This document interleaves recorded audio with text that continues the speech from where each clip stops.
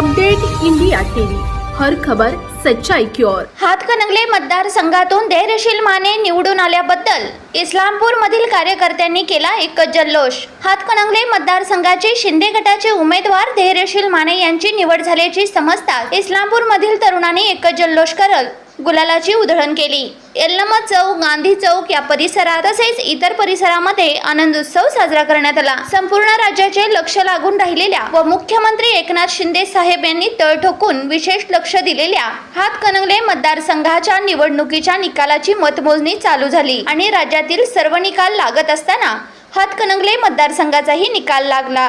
हा निकाल लागण्यास वेळ लागत होता। शिंदे गटाचे उमेदवार धैर्यशील माने आणि शिवसेना उद्धव ठाकरे गटाचे उमेदवार सत्यजित पाटील सरुडकर यांच्यामध्ये खरी लढत दिसून आली।